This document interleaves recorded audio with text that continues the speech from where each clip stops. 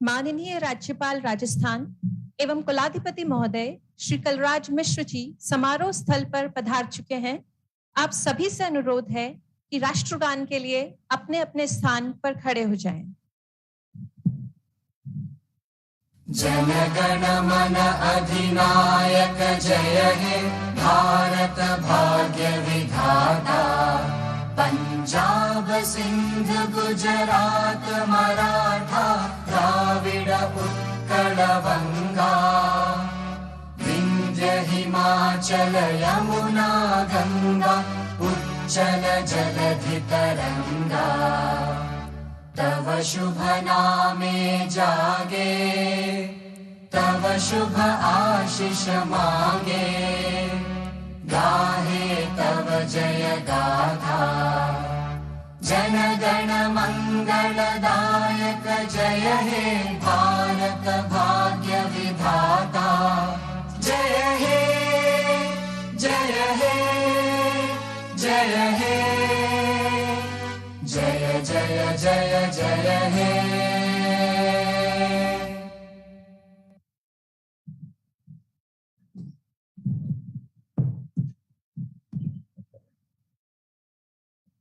नमस्कार। परम श्रद्धेय राज्यपाल राजस्थान एवं माननीय कुलाधिपति श्री कर्ण नरेंद्र कृषि विश्वविद्यालय और आज के कार्यक्रम के मुख्य अतिथि श्रीमान कलराज मिश्र जी, भारतीय वैज्ञानिक चयन मंडल के पूर्व अध्यक्ष आदरणीय डॉक्टर सीडी माई साहब, माननीय कुलपति श्री कर्ण नरेंद्र कृषि विश्वविद्यालय जोबनेर प्रोफेसर जे संधु साहब, इंडियन फाइटोपैथोलॉजिकल सोसाइटी की अध्यक्ष डॉक्टर प्रतिभा शर्मा, आयोजन सचिव व निदेशक अनुसंधान श्री कर्ण नरेंद्र कृषि विश्वविद्यालय डॉक्टर एमएल जाखड़, सभागार में उपस्थित विद्वजन, देश के विभिन्न प्रांतों से पधारे हुए एवं ऑनलाइन माध्यम से जुड़े हुए गणमान्य वैज्ञानिक गण, प्रेस एंड मीडिया प्रतिनिधिगण, देवियों और सज्जनों, श्री कर्ण नरेंद्र कृषि विश्वविद्यालय जोबनेर के प्रांगण में आयोजित 4 दिवसीय पौध व्याधि पर अष्टम अंतर्राष्ट्रीय सम्मेलन पुनर्निरीक्षण और संभावनाओं के उद्घाटन सत्र में आप सभी का हार्दिक स्वागत एवं अभिनंदन। माननीय कुलाधिपति महोदय, माननीय कुलपति महोदय एवं मंच पर विराजमान सभी महानुभावों से अनुरोध है कि वे मां सरस्वती के सम्मुख दीप प्रज्वलन कर कार्यक्रम का शुभारंभ करें।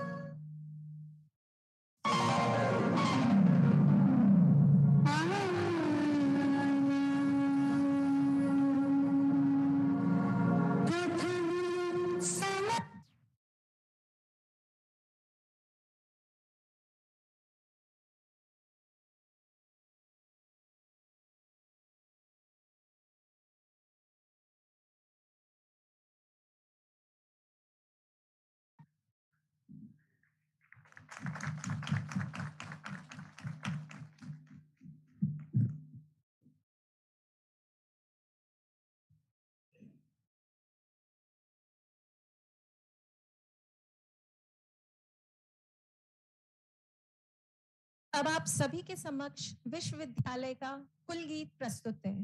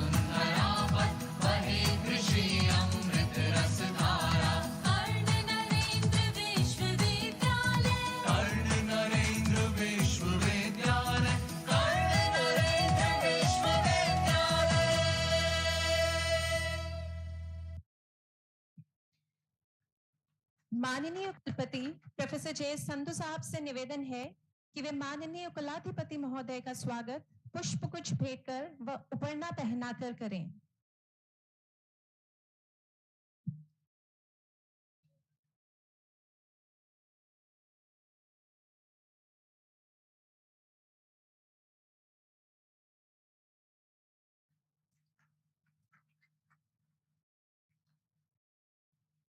माननीय कुलपति महोदय से पुनः निवेदन है कि वे भारतीय वैज्ञानिक चयन मंडल के पूर्व अध्यक्ष डॉक्टर सीडी माई साहब को पुष्प भेंट कर व उपरना पहनाकर उनका स्वागत करें।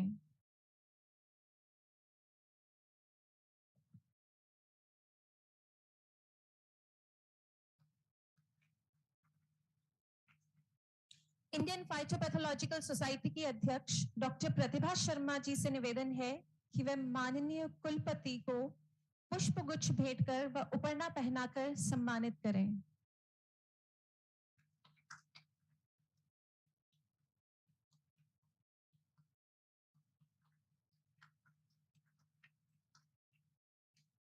आयोजन सचिव एवं निदेशक अनुसंधान डॉक्टर एमएल जाखर से निवेदन है कि वे आईपीएस के अध्यक्ष डॉक्टर प्रतिभा शर्मा को पुष्पगुच्छ भेंट करें व उपरना पहनाकर उनका अभिवादन करें।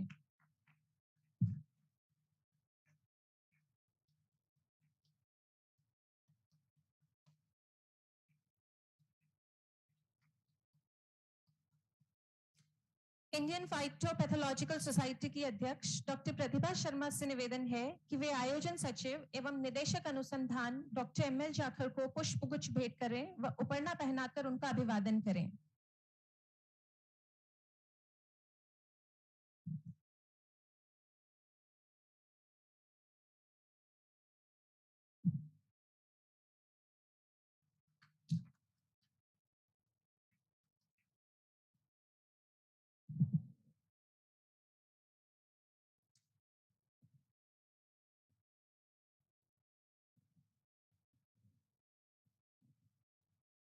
माननीय राज्यपाल महोदय एवं कुलाधिपति महोदय श्री कलराज मिश्र जी से अनुरोध है कि वे संविधान की प्रस्तावना एवं मूल कर्तव्यों का वाचन करने की कृपा करें।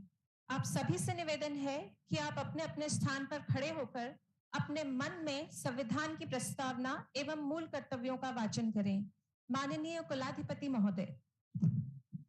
हम भारत के लोग भारत को एक संपूर्ण प्रभुत्व संपन्न समाजवादी पंथ निरपेक्ष लोकतंत्रात्मक गणराज्य बनाने के लिए तथा उसके समस्त नागरिकों को सामाजिक आर्थिक और राजनीतिक न्याय विचार अभिव्यक्ति विश्वास धर्म और उपासना की स्वतंत्रता प्रतिष्ठा और अवसर की समता प्राप्त कराने के लिए तथा उन सब में व्यक्ति की गरिमा और राष्ट्र की एकता और अखंडता सुनिश्चित करने वाली बंधुता बढ़ाने के लिए दृढ़ संकल्प होकर अपनी संविधान सभा में आज तारीख 26 नवंबर 1949 ईस्वी मिति मार्च शुक्ल सप्तमी संवत 2006 विक्रमी व तद्वारा इस संविधान को अंगीकृत अधिनियमित और आत्मार्पित करते हैं।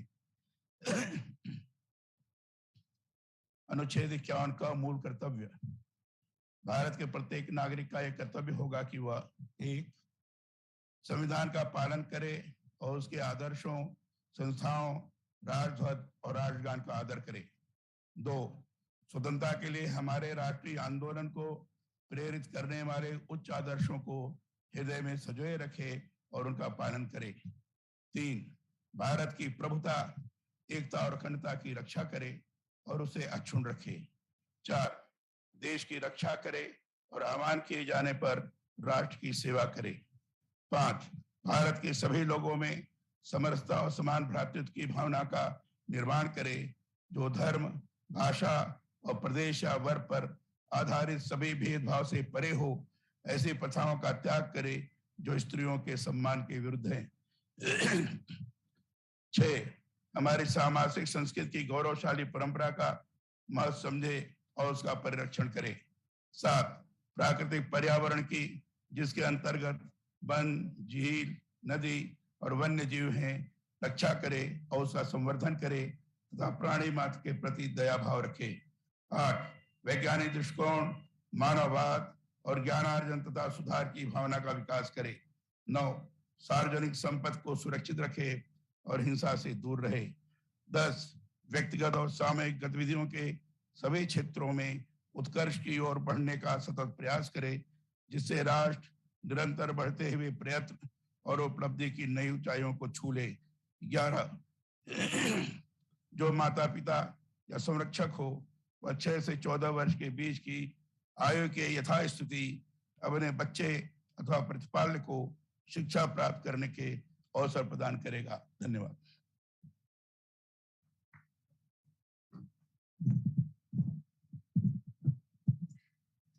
धन्यवाद मान्यवर। माननीय राज्यपाल राजस्थान एवं कुलाधिपति महोदय से अनुरोध है कि वे पौध व्याधि पर 8वां अंतर्राष्ट्रीय सम्मेलन पुनर्निरीक्षण एवं संभावनाओं के उद्घाटन सत्र को प्रारंभ करने की अनुमति प्रदान करें। अनुमति है। धन्यवाद मान्यवर। कार्यक्रम के प्रारंभ में मैं इंडियन फाइटोपैथोलॉजिकल सोसाइटी की अध्यक्ष डॉक्टर प्रतिभा शर्मा से अनुरोध करती हूं कि वे सोसाइटी की विभिन्न गतिविधियों एवं उपलब्धियों का उल्लेख करें। डॉक्टर प्रतिभा शर्मा मैम।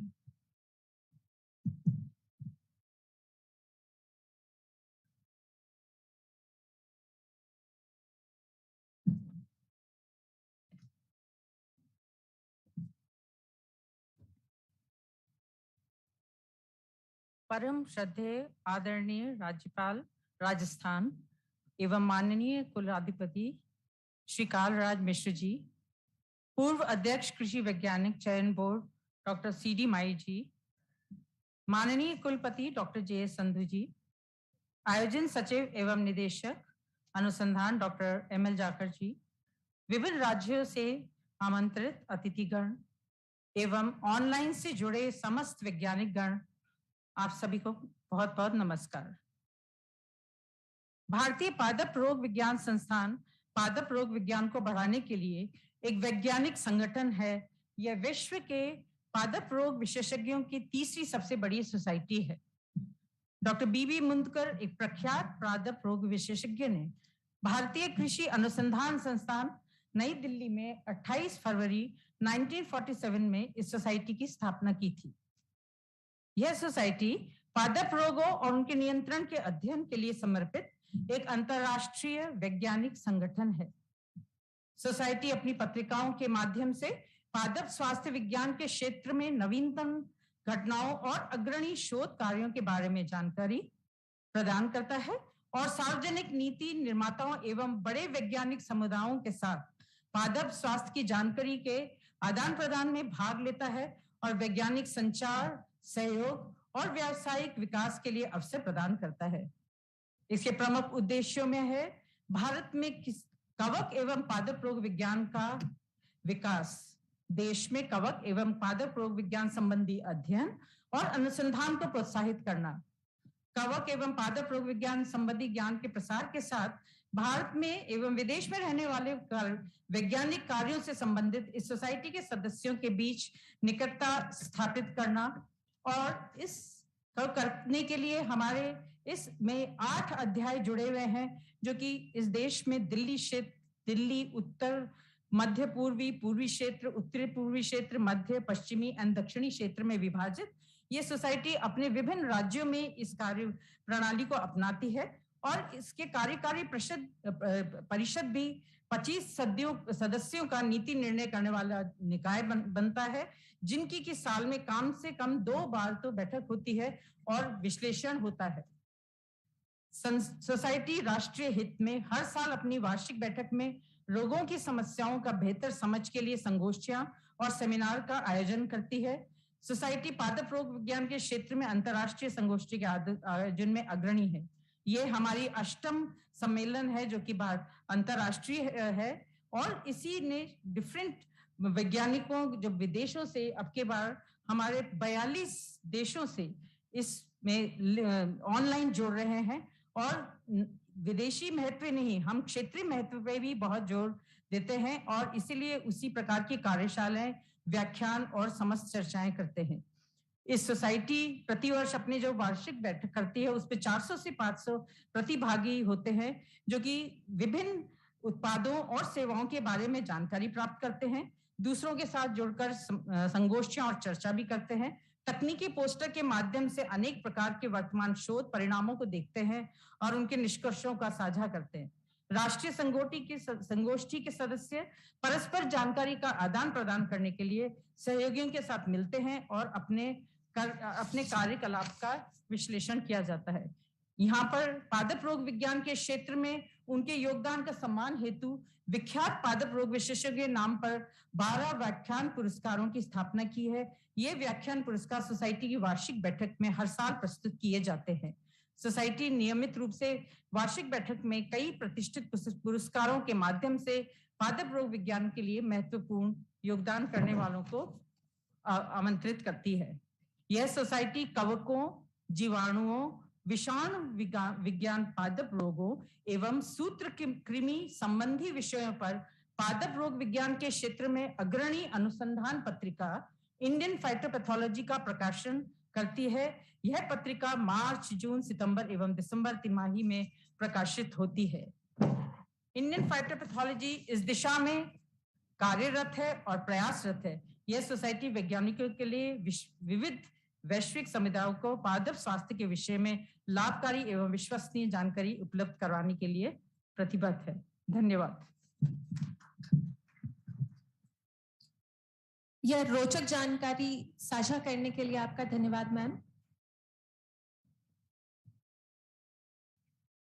अब मैं आमंत्रित करती हूँ आयोजन सचिव एवं निदेशक अनुसंधान डॉक्टर एमएल जाखड़ को कि वे इस अंतर्राष्ट्रीय सम्मेलन के बारे में संक्षिप्त जानकारी प्रदान करें।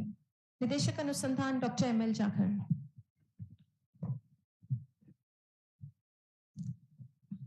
श्री कर्ण नरेंद्र कृषि विश्वविद्यालय में आयोजित हो रहे इंडियन फाइटोपैथोलॉजी सोसाइटी के 8वें अंतर्राष्ट्रीय सम्मेलन में पधारे मुख्य अतिथि आदरणीय और हमारे माननीय राज्यपाल एवं कुलाधिपति महोदय श्री कलराज जी मिश्र, कृषि वैज्ञानिक चयन मंडल के पूर्व अध्यक्ष एवं कृषि आयुक्त भारत सरकार डॉक्टर सी डिमाई सर, आदरणीय प्रोफेसर जी सिंह संधू, माननीय कुलपति श्री कर्ण नरेंद्र कृषि विश्वविद्यालय जोबनेर, डॉक्टर अनुपम वर्मा जी वायरोलॉजिस्ट, पौध व्याधि वैज्ञानिक डॉक्टर एस.एस. चहल साहब, पूर्व कुलपति महाराणा प्रताप कृषि एवं तकनीकी विश्वविद्यालय उदयपुर, डॉक्टर ए.एन. मुखोपाध्याय जी, पूर्व कुलपति आसाम कृषि विश्वविद्यालय जोहरक, इंडियन फाइटोपैथोलॉजी सोसाइटी के अध्यक्षा डॉक्टर प्रतिभा शर्मा जी, इस अंतर्राष्ट्रीय गोष्ठी में देश के विभिन्न प्रांतों से पधारे तथा ऑनलाइन जुड़े अंतर्राष्ट्रीय पौध व्याधि वैज्ञानिक गण, राजस्थान राज्य के कृषि विश्वविद्यालय एवं पशु चिकित्सा विश्वविद्यालय के कुलपतिगण,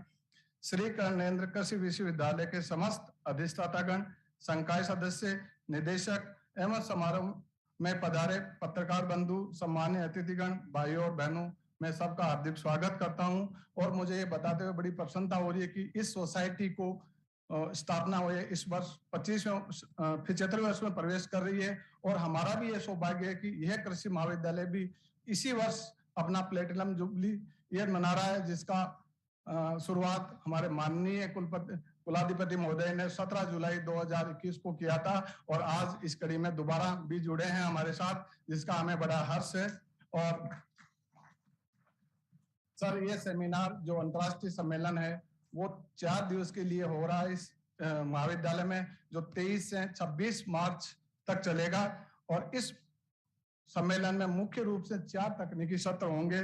पहला तकनीकी सत्र वो होगा पादप रोग विज्ञान के शिक्षण में विकास के पहलू, नई शिक्षा नीति तथा पौध व्याधि विज्ञान का नई शिक्षा नीति में क्या महत्ता रहेगी, इसमें संवाद किया जाएगा।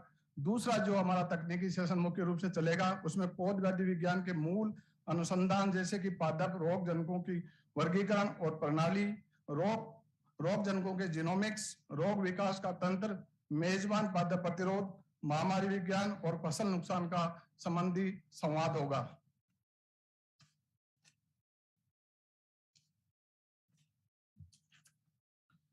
तीसरा जो हमारा मुख्य तकनीकी सत्र होगा वो होगा पौध व्याधि विज्ञान में अप्लाइड रिसर्च, जैसे पादप रोग जनकों की पहचान, प्रतिरोधी किस्मों का विकास, पादप रोग प्रबंधन में सफलता की कहानियां, और चौथा जो मुख्य आकर्षक होगा इस सम्मेलन का वो है व्यवसायिक पौध व्याधि के तहत पौध व्याधि में उद्यमिता, उद्योग और व्यवसाय सटीक पौध संरक्षण के साथ स्मार्ट कृषि, जैव सुरक्षा, रोग रोधक और जैव सुरक्षा तथा IPM और जैविक खेती के लिए उपयोग किया जाने वाला सबसे लोकप्रिय जैव नियंत्रण एजेंट ट्राइकोडर्मा के ऊपर भी एक सैटेलाइट कार्यशाला का आयोजन होगा। सर, हमारे राष्ट्र में पादप स्वास्थ्य संबंध के तहत पादप रोग संबंधी अनुसंधान बहुत अच्छा विकास हुआ है। यहाँ पर आणविक मार्करों के साथ पादप रोग जनकों और उपयोगी रोगाणुओं की विशेषता और पहचान, माइक्रोबियल जीनोमिक्स, पादप रोगों का प्रबंधन आदि के नए आयाम स्थापित किए हैं। माइक्रोबियल विविधता के साथ जीनोमिक्स, जैव सूचना विज्ञान के अंतर्गत PGPR, बायो एजेंट आदि का प्रयोग किया जा रहा है। किसानों के उपयोग के लिए वैज्ञानिकों द्वारा विभिन्न दृष्टिकोण के माध्यम से फसल रोगों और पौधों के स्वास्थ्य प्रबंधन के लिए उन्नत प्रौद्योगिकियों का विकास किया गया है। सम्मेलन में संयुक्त राज्य अमेरिका, यूरोप, एशियाई देशों के लगभग 22 देशों के प्रतिनिधि वर्चुअल मोड के माध्यम से भाग ले रहे हैं तथा देश के विभिन्न कृषि संस्थानों और कृषि विश्वविद्यालयों से करीबन 500 प्रतिभागी ऑनलाइन और ऑफलाइन के लिए पंजीकरण कराया है। इस सम्मेलन के माध्यम से राष्ट्रीय अंतर्राष्ट्रीय पादप रोग प्रबंधन तकनीकों का आदान प्रदान होगा। विभिन्न पुरस्कार प्रतियोगिता जैसे नरसिम्हन पुरस्कार, APS, IPM यात्रा पुरस्कार के लिए छात्रों का सक्रिय भागीदारी सम्मेलन में एक बहुत ही महत्वपूर्ण विशेषता है। इस कार्यक्रम में धानुका, UPL, बायर, सिंजेंटा, एंडोफिल जैसी कॉर्पोरेट भी उपस्थित होंगे जो वैज्ञानिकों व कृषकों के साथ संवाद करेंगे एवं प्रदर्शनी भी करेंगे। किसानों के बीच घनिष्ठ संवाद के लिए वैज्ञानिक उद्यमियों, मशरूम उत्पादकों के साथ एक संवाद सत्र रखा गया है। सम्मेलन की योजना समायोजित है सर। इस सम्मेलन के दौरान धानुका कॉर्पोरेट कृषि में ड्रोन की उपयोगिता पर प्रदर्शन भी करेंगे। यह सम्मेलन वैज्ञानिक, शिक्षाविदों, सरकारी एजेंसियों, छात्रों, किसानों और उद्यमियों को एक साझा मंच प्रदान करेगा। साथ ही पर्यावरण के लिए अनुकूल टिकाऊ कृषि में पादप स्वास्थ्य प्रबंधन की प्रौद्योगिकियों को लोकप्रिय बनाने और नीति निर्माताओं के लिए भविष्य की कार्यवाही हेतु एक रोड मैप तैयार करेगा एवं समर्पित उद्देश्य के साथ शिक्षाविदों, अनुसंधानकर्ता, नवाचारकर्ता आदि में उनके सामान्य हेतु का पूरा करने की चर्चा सुनिश्चित करने की आशा है। जय जवान, जय किसान। धन्यवाद। धन्यवाद महोदय। अब मैं अनुरोध करती हूँ माननीय कुलपति श्री कर्ण नरेंद्र कृषि विश्वविद्यालय जॉबनेर प्रोफेसर जीत सिंह संधू साहब से कि वे स्वागत उद्बोधन दें एवं विश्वविद्यालय की शैक्षणिक, अनुसंधान एवं प्रसार संबंधी गतिविधियों एवं उपलब्धियों का संक्षिप्त विवरण प्रस्तुत करें। माननीय कुलपति महोदय। Thank you. अति सम्माननीय राज्यपाल राजस्थान एवं कुलाधिपति श्री कर्ण नरेंद्र कृषि विश्वविद्यालय जॉबनेर श्री कलराज मिश्र जी, सचिव कृषि अनुसंधान शिक्षा विभाग भारत सरकार, महानिदेशक भारतीय कृषि अनुसंधान परिषद नई दिल्ली डॉक्टर त्रिलोचन महापात्र, जिनको ऑनलाइन जुड़ना था पर अचानक लोकसभा में किसी डिस्कशन के लिए बुलाकर वो हमारे पास इस इनॉग्रेशन में ज्वाइन नहीं कर सके। भारतीय वैज्ञानिक चयन मंडल के पूर्व अध्यक्ष एवं कृषि आयुक्त भारत सरकार डॉक्टर CD माही साहब, डॉक्टर DL जलाली साहब जो भी हमारे जो लास्ट वैलिडिक्टी फंक्शन में आएंगे, और डॉक्टर SS चैल जो विख्याति प्राप्त पौधव्याधि वैज्ञानिक हैं, पूर्व कुलपति रहे हैं महाराणा प्रताप कृषि विश्वविद्यालय तकनीकी विश्वविद्यालय उदयपुर, डॉक्टर AN मुखोपाध्याय, पूर्व कुलाधिपति असम कृषि विश्वविद्यालय जोरहाट, इंडियन फाइटोपैथोलॉजी सोसाइटी की अध्यक्षा डॉक्टर प्रतिभा शर्मा।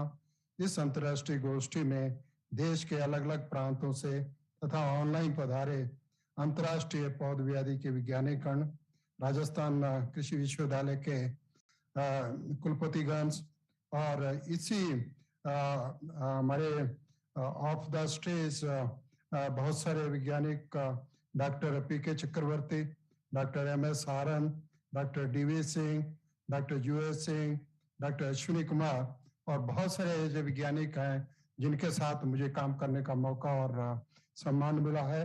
और आज इस सभा में उपस्थित हैं। और इस सभा में इस आयोजक सचिव डॉक्टर एम.एल. जाखड़, संकाय सदस्य, समारोह में पधारे पत्रकार बंधु, सम्मानीय अतिथिगण, भाई और बहनों, श्री कर्ण नरेंद्र कृषि विश्वविद्यालय जॉबनेर में आयोजित हो रहे इंडियन फाइटोपैथोलॉजिकल सोसाइटी के 8वें अंतर्राष्ट्रीय सम्मेलन में मैं संपूर्ण विश्वविद्यालय परिवार की तरफ से आप सभी आगंतुकों का हार्दिक स्वागत और अभिनंदन करता हूं। मेरे लिए ये अत्यंत गौरव की बात है कि माननीय कुलाधिपति महोदय इंडियन फाइटोपैथोलॉजिकल सोसाइटी के 8वें अंतर्राष्ट्रीय सम्मेलन के अवसर पर विश्वविद्यालय में पधारे हैं। मुझे ये जानकर बहुत खुशी है कि जिस हॉल में हम ये पहली एक साइंटिफिक गोष्ठी कर रहे हैं, उसका उद्घाटन हमारे माननीय कुलाधिपति महोदय श्री कलराज मिश्र जी ने 21 जनवरी इसी कन्वोकेशन पर किया था। और पहली जो यहाँ गोष्ठी हो रही है उसमें ये बधा कर हमारा मान और सम्मान बढ़ाया है इन्होंने।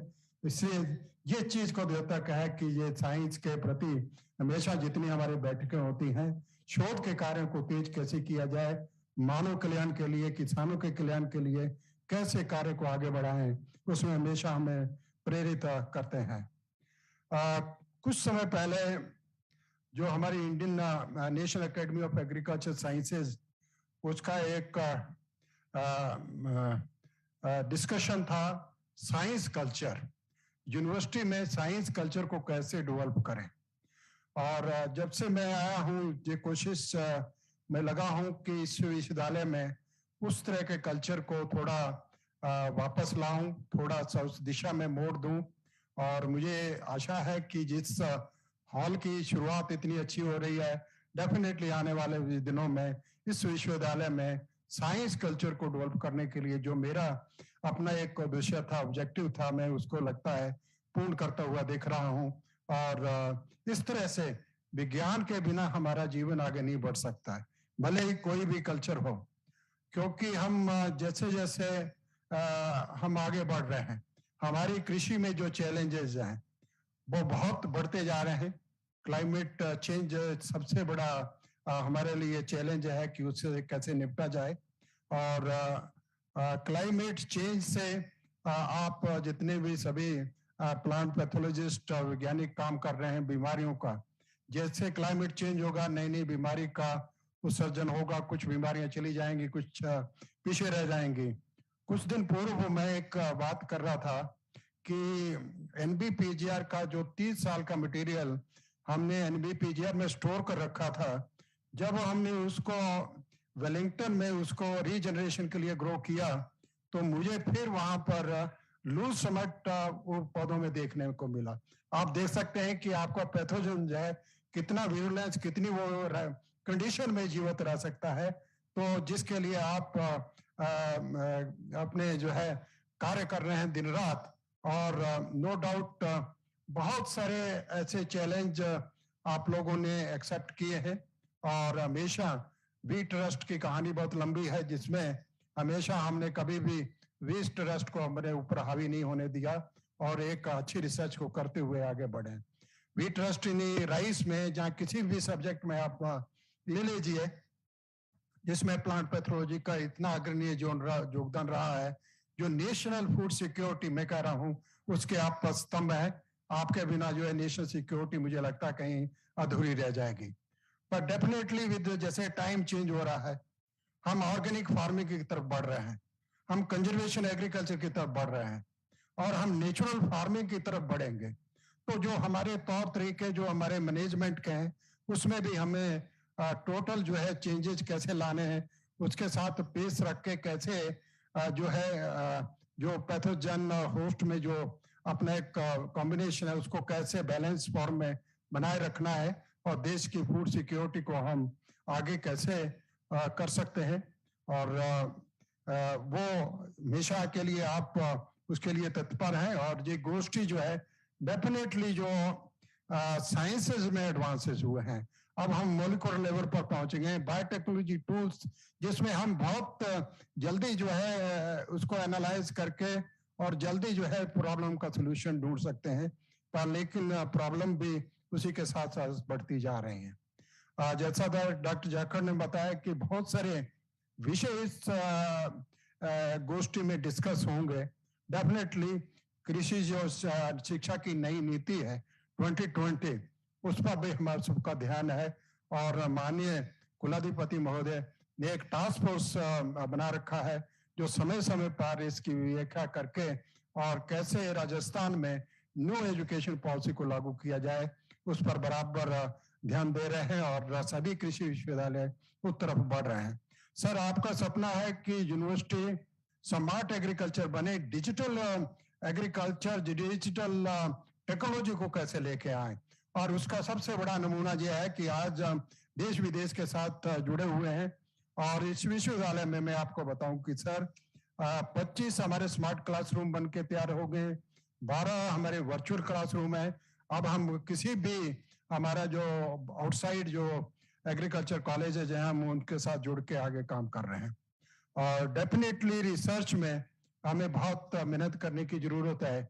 चैलेंजेस जैसे मैं बता रहा था कि मैंने अपना जो रिसर्च बाजरा से शुरू किया था, अरगट में मैंने काम किया, और पर जब मैं 40-45 साल के बाद जहां आकर देखता हूं अरगट से हमारे पूरे के पूरे खेत भरे हुए हैं। एक का हमारे लिए, मुझे राजस्थान के लिए एक चैलेंज है। उसी के साथ साथ बाजरा ब्लास्ट एक नया प्रॉब्लम वो भी बहुत तेजी से बढ़ रहा है, वो भी हमारे लिए चैलेंज है। तो इस तरह से हम विश्वविद्यालय के साइंटिस्ट लगे हुए हैं, पर लेकिन आपके साथ सहयोग से, आपके कोलैबोरेशन से, आपके लिंक के साथ बहुत सारे ऐसे ऑर्गेनाइजेशन जिनके साथ हमने एमओयू मेमोरेंडम अंडरस्टैंडिंग किया है, पर उनके साथ एक्टिव सहयोग के लिए हमें चाहिए और उसको हम आगे कैसे बढ़ाएंगे उस दिशा में हम कार्य कर रहे हैं। और विश्वविद्यालय में जो एक्सटेंशन एक्टिविटीज है उसको भी हमने काफी तेजी से लाया है।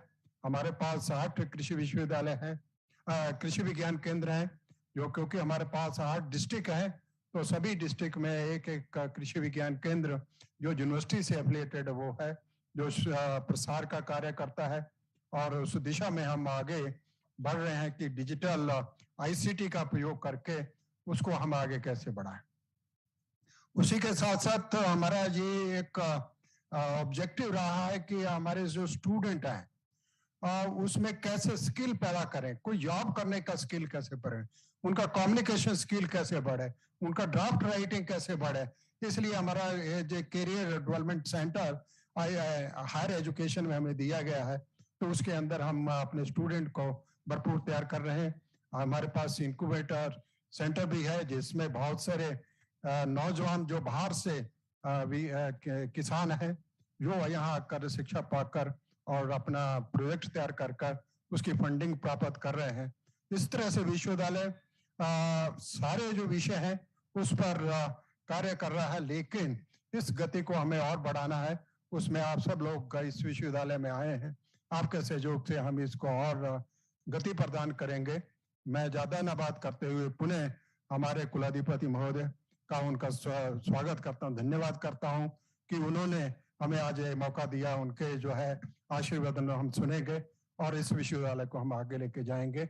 जय हिंद। इस रोचक एवं ज्ञानवर्धक संबोधन के लिए आपका बहुत बहुत आभार महोदय। भारतीय वैज्ञानिक चयन मंडल नई दिल्ली के पूर्व अध्यक्ष आदरणीय डॉक्टर सीडी माई साहब से निवेदन है कि वे अपना उद्बोधन प्रस्तुत करें।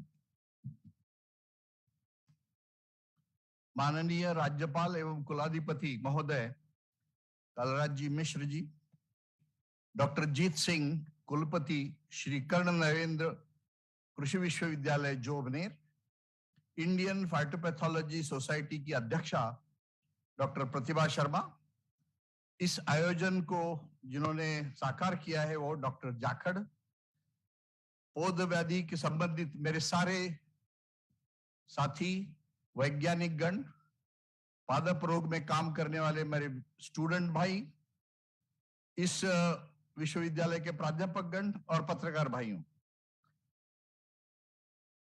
आज हम आजादी का स्वर्ण महोत्सव हम ये मना रहे हैं।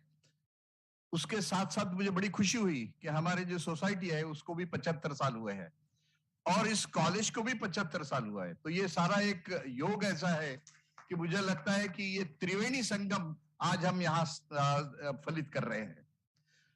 मैं आज राज्यपाल महोदय से इतना ही कहना चाहूंगा कि इस विज्ञान ने क्या किया है, इस विज्ञान ने हमारे कृषि में उनका क्या क्या दिया है विज्ञान ने। अभी जैसे हमारे जीत सिंह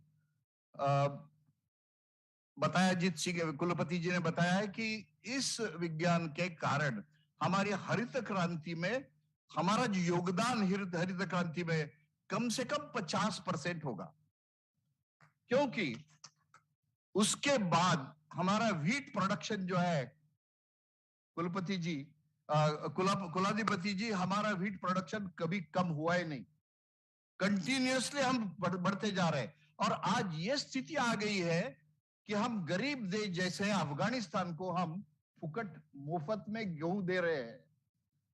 और अब ये यूक्रेन वॉर होने से तो हमारा गेहूं की कीमतें भी इतनी बढ़ जाने वाली है कि हमारे किसान भाई भी इसमें बड़े खुश होने वाले। तो हम एक तरफ से गरीबों को अन्न धान्य दे रहे, फूड दे रहे, और दूसरी तरफ हम हमारे बड़े देशों को हम हमारा निर्यात बढ़ा रहे हैं।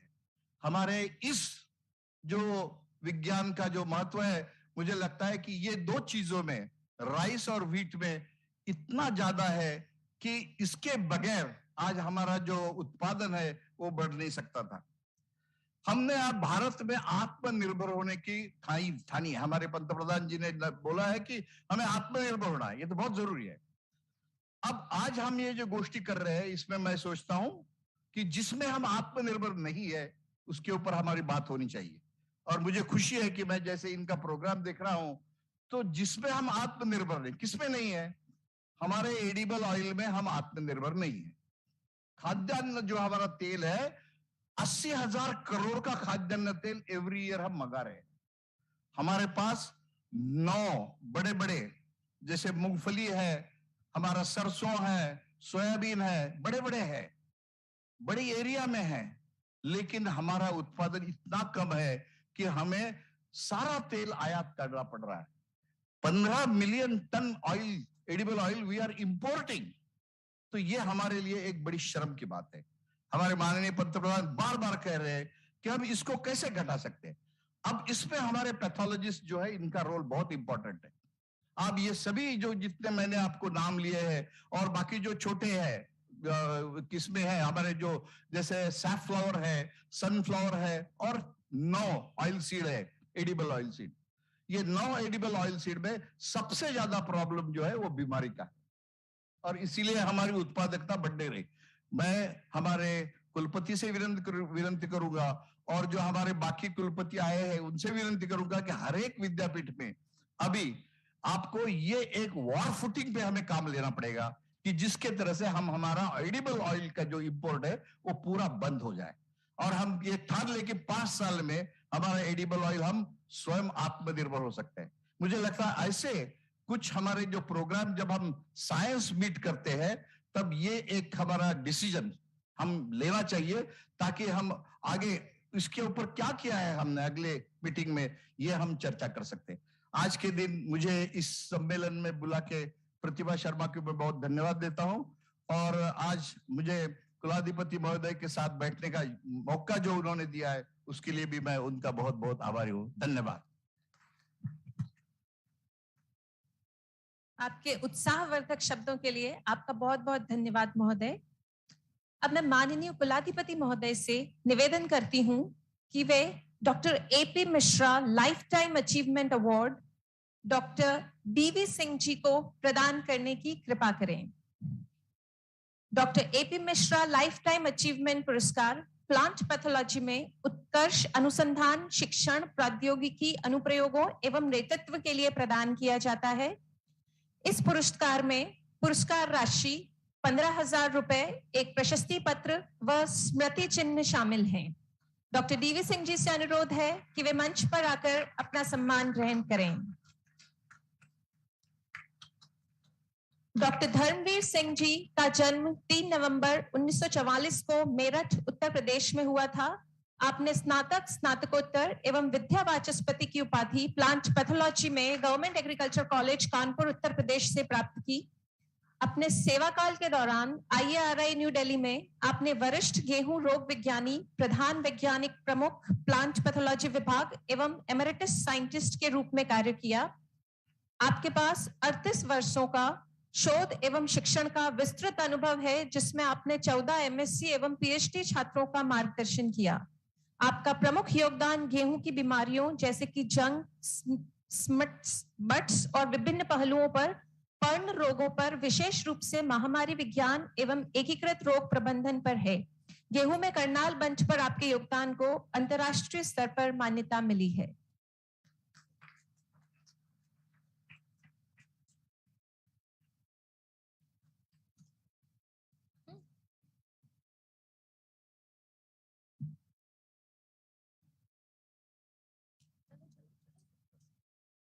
माननीय कुलाधिपति महोदय से पुनः अनुरोध है कि वे पौध व्याधि समिति के प्रकाशनों का विमोचन करने की कृपा करें। सर्वप्रथम आपके समक्ष प्रस्तुत है abstract and souvenir of IPS international conference compiled by publication team Indian phytopathological society.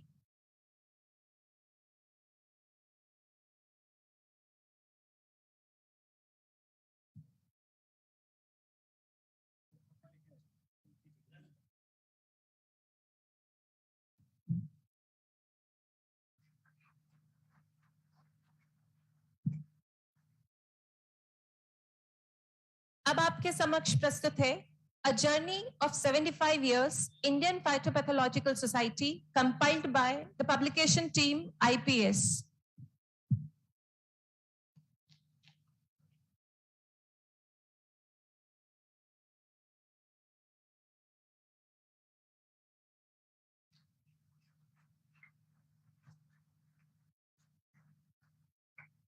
अब आपके समक्ष प्रस्तुत है Compendium of Wheat Diseases edited by Dr. A.N. Mishra et al.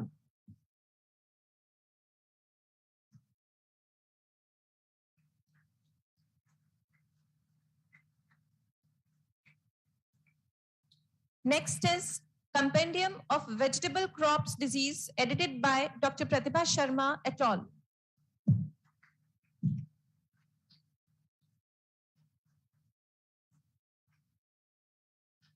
अगली पुस्तक है compendium of plantation crop diseases edited by doctor Vinayak Hegde et al.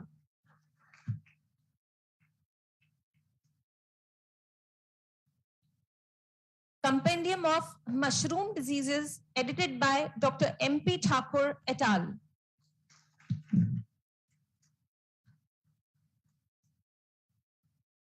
और अंत में फसलों में कीट एवं व्याधियों का समन्वित प्रबंधन compiled by department of plant pathology, entomology and extension education, Shri Karan Narendra agriculture university, Jobner. आप सभी का बहुत बहुत धन्यवाद महोदय।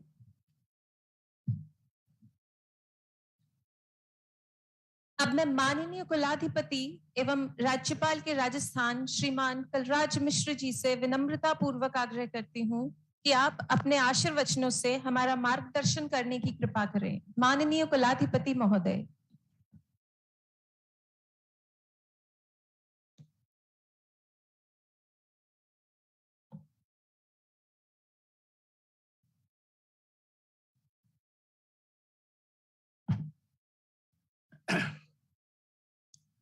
सभी को नमस्कार।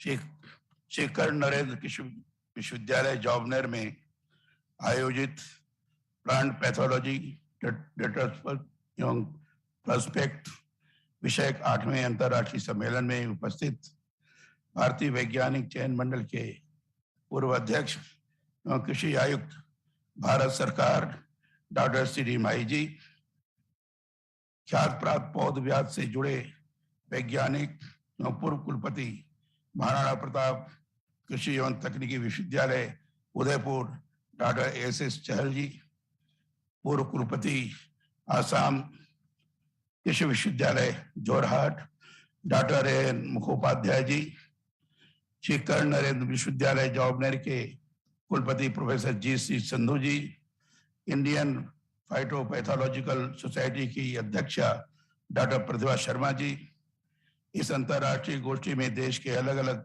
प्रांतों से पधारे तथा ऑनलाइन जुड़े अंतर्राष्ट्रीय पौध व्याधि वैज्ञानिक गण, राजस्थान राज्य के कृषि विश्वविद्यालयों एवं पशु चिकित्सा विश्वविद्यालय के कुलपतिगण, श्री कर्ण नरेंद्र कृषि विश्वविद्यालय के समस्त अधिष्ठातागण, विश्वविद्यालय के निदेशक शोध एवं सम्मेलन के आयोजक सचिव डॉक्टर एम.एल. जाखड़ जी, संकाय सदस्य समारोह में पधारे पत्रकार बंधुओं, सम्मानीय अतिथिगण, भाइयों और बहनों, यह जानना सुखद है कि इंडियन फाइटोपैथोलॉजिकल सोसाइटी अपनी स्थापना के 74 वर्ष पूर्ण कर 75वें वर्ष में प्रवेश कर रही है। कर्ण नरेंद्र कृषि महाविद्यालय भी देश का सबसे पुराना स्थापित महाविद्यालय है। इसके भी प्लेटिनम जुबली वर्ष के अवसर पर अंतर्राष्ट्रीय स्तर की ये पहली वैज्ञानिक गोष्ठी यहाँ आयोजित की जा रही है। यह महत्वपूर्ण है।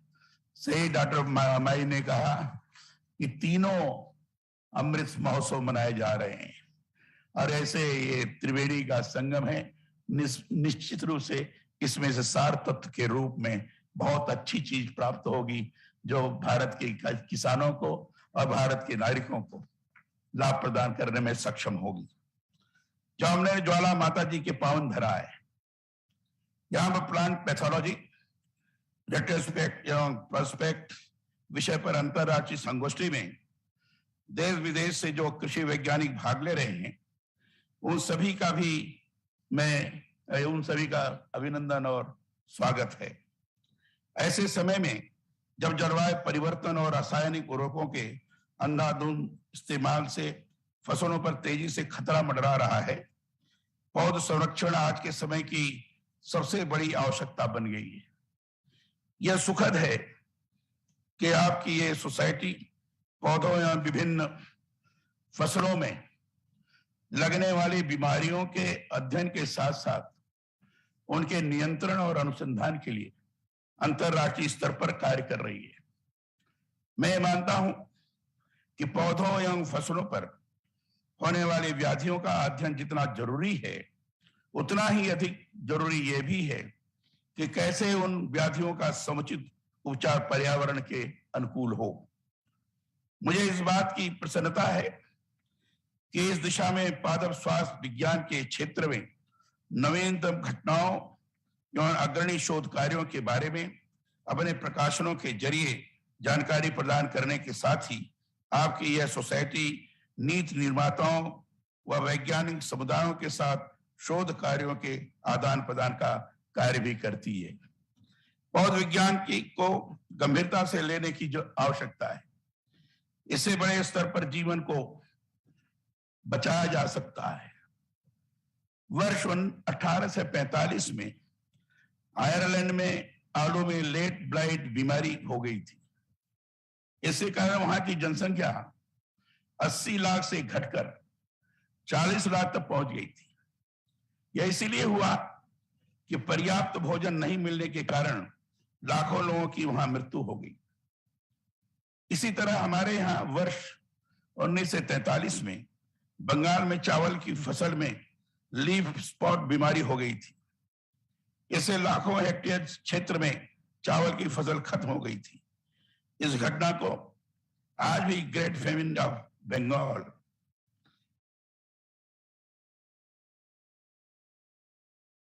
के नाम से जाना जाता है। चावल बंगाल के लोगों का मुख्य भोजन है। पौध में रोग होने के कारण वहां यह भूखमरी की स्थिति पैदा हुई। इससे लगभग 2-3 लाख लोगों की भूख के कारण मृत्यु हुई। पौध में हुई कोई बीमारी कैसे जीवन को लील लेती है, इन घटनाओं से हमें अच्छी तरह हम समझ सकते हैं। मैं समझता हूं भविष्य में इस तरह की घटनाओं की पुनरावृत्ति ना हो, इसे कारण ही बहुत सारे वैज्ञानिक संगठनों का गठन हुआ है। इसी संबंध में आपके इस इंडियन फाइटोपैथोलॉजिकल सोसाइटी का भी अपना एक महत्व है। ये शिक्षा का हमारा जो वर्तमान स्वरूप है, उसमें खेतों में नवीन तकनीक से उत्पादन बढ़ाने, सिंचाई के साधनों का विकास और रासायनिक उर्वरकों, कीटनाशकों के प्रयोग से फसलों को बचाने की विधियां पर तो काम होता है, परंतु पौधों में अचानक होने वाली व्याधियों से उत्पन्न संकट पर बहुत अधिक विचार नहीं है। मैं समझता हूं इस विषय पर अधिक ध्यान देने की जरूरत है। मेरा यह मानना है कि स्थान विशेष की जलवायु, वहां की नमी और अन्य बहुत से ऐसे कारण हैं जिनसे फसल चक्र प्रभावित होता है। पौधों में कैसे कोई रोग लग सकता है और कैसे उसके प्रभावी उपचार की रणनीति बनाई जाए, इस पर बृहद स्तर पर कार्य होना चाहिए। मुझे बताया गया है कि पौध वैज्ञानिक डॉक्टर केसी मेहता ने गेहूं की रस्ट की बीमारी का सर्वप्रथम व्यापक स्तर पर अध्ययन किया था और बड़े नुकसान से बचने के लिए एक प्रभावी योजना बनाई थी। राजस्थान में शुष्क वातावरण होने के कारण प्रदेश में उगाई जाने वाली फसलों में बीमारियों का ज्यादा प्रकोप नहीं होता है।